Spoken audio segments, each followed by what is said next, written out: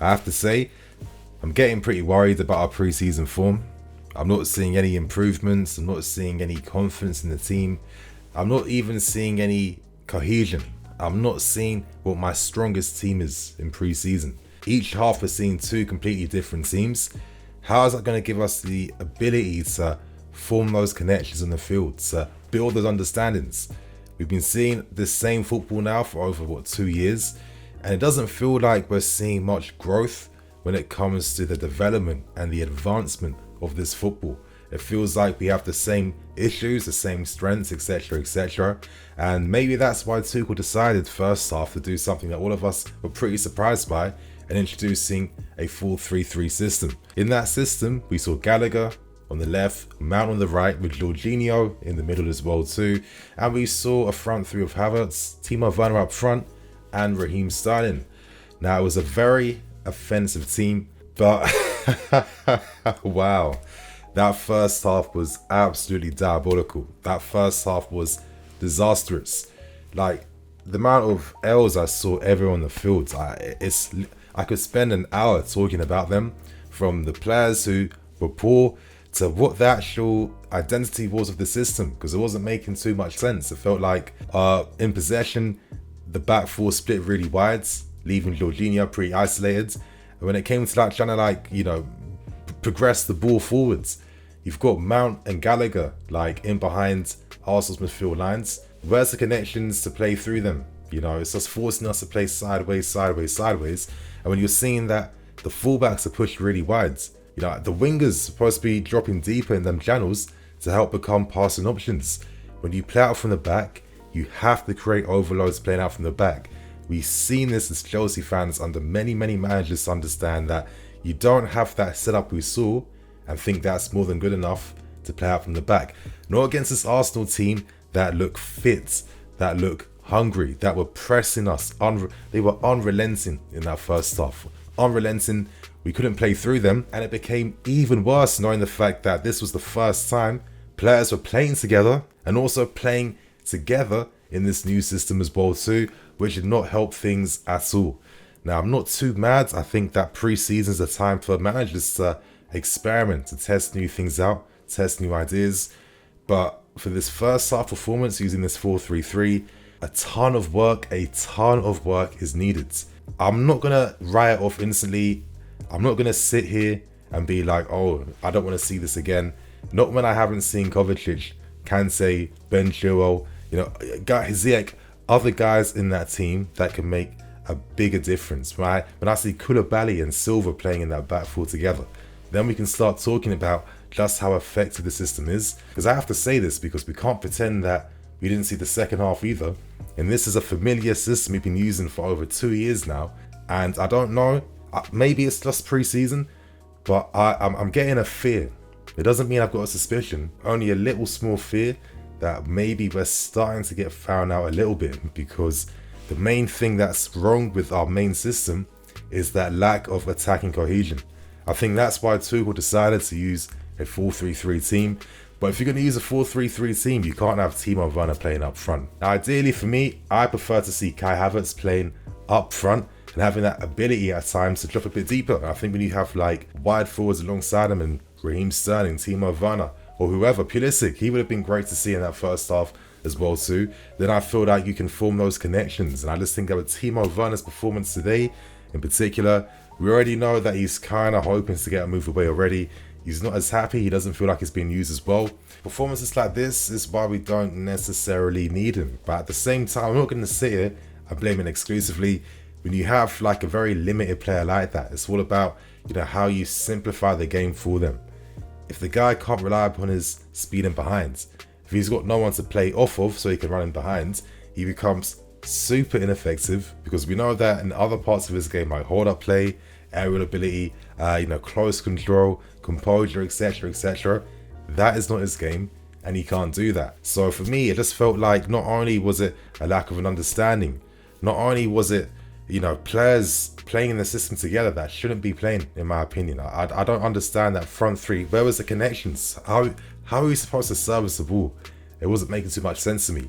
But ultimately, to top things off, let's not pretend some of those performances were really poor.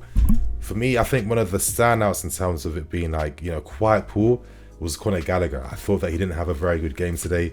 I think in particular, it was just like, number one, constant fouls. I felt like he was constantly getting attracted to the ball.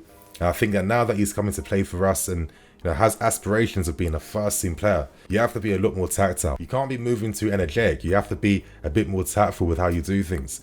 At times, I felt like his body position was very closed, meaning that when he's coming to receive the ball, he has to take another touch on top to be able to play out under pressure. You have to keep your body open because you want to just quickly turn in one motion to keep the flow going and play through teams. It wasn't working. Arsenal's pressing from behind, closing down players on their weaker foot, covering them shadows as well too, and a very tight man marking style when they're pressing. It made it very hard for our midfield to play through, and I think Gallagher in particular suffered the most. Of course, it was interesting because he was kind of tasked with like dropping deeper alongside Jorginho to kind of form like a makeshift pivot. Now, for me, if I'm gonna see a midfield player doing that, it has to be Mason Mount. We've seen what Mount does when he's in that left channel when he drops deeper, and his half-turn seal as well and his upper body is much better in my opinion. So I hope we get to see more of this. I want to see my stronger players playing in this, and I want to see more of like a system and identity, because I didn't understand what the game plan was.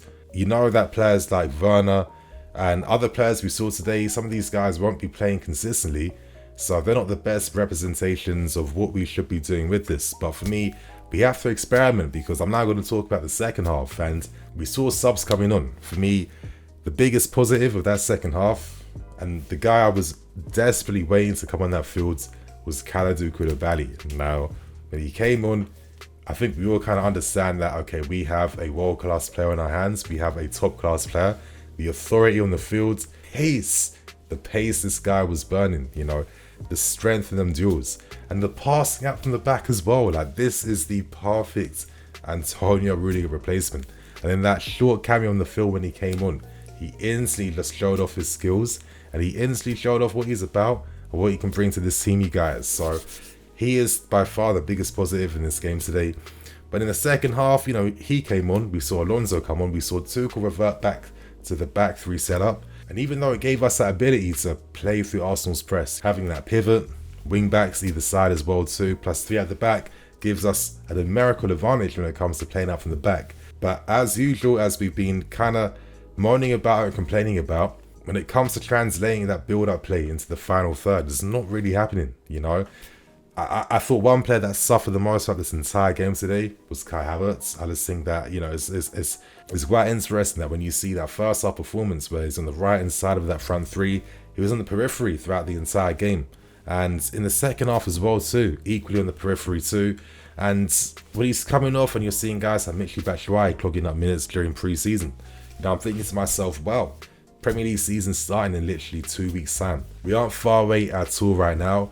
And I'm comparing this performance in each half, first half and second half against Arsenal, and they look like the hungrier team. Because this game wasn't played at like a pre-season type of level, and that's what makes it maybe a bit more disappointing for me. I mean, look at the amount of yellow cards throughout this game. Look at how players were constantly looking to use that tactical fouls to disrupt the flow and stop teams having advantages.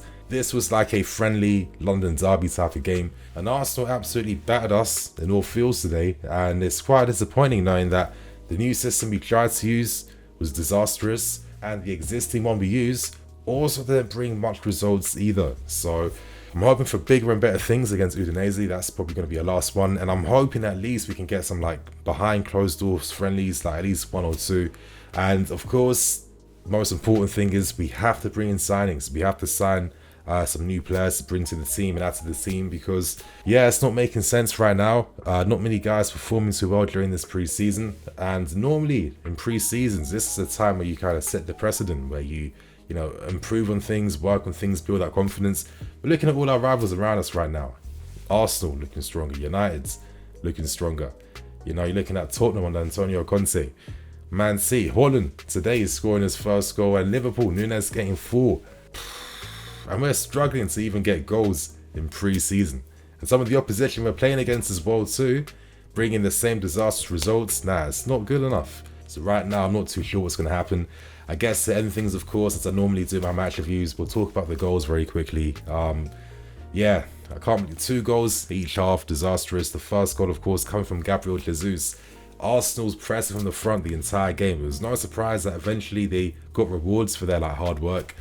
Jesus looks absolutely on fire, and he was a player I was telling you guys would have been perfect for us because he can play all across that front three. The guy is unrelenting when he presses, and he's got that skill and that finishing. I feel like Arsenal could have signed one of the surprise packages of the season, and I don't know, I just kind of think it would have been sick if we signed both Jesus and Sterling together instead of Nathan Ake, but I'm not too sure. Anyway, the second goal comes, and Trevor Chalobah, you know, again, it was like a multitude of mistakes. Mendy poured throughout the game, especially with his distribution out from the back. Terrible. You know, creates that pressure, creates that mistake. I actually thought Trev did well to recover. And here's the thing. I'm actually going to blame Conor Gallagher for this second goal, because the way that Trev kind of passed the ball in the angle, you know, you want your midfield players to keep their bodies open, because when you're doing that, you're able to receive in the half turn and play away from the press. He made the right pass then, but Gallagher was just maybe too overwhelmed, not fit enough, I don't know. He was too flat-footed, lost the ball easily, and then again throughout the entire game too, you know, Thiago Silva playing someone else on sides.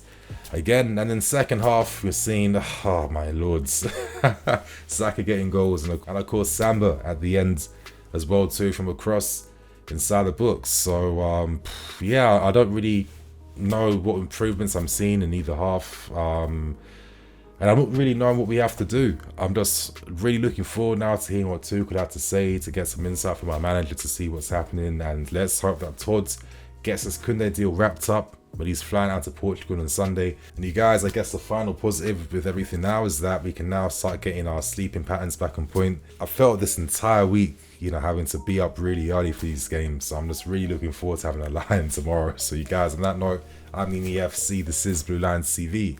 I'll catch you guys later with some more videos. Cool.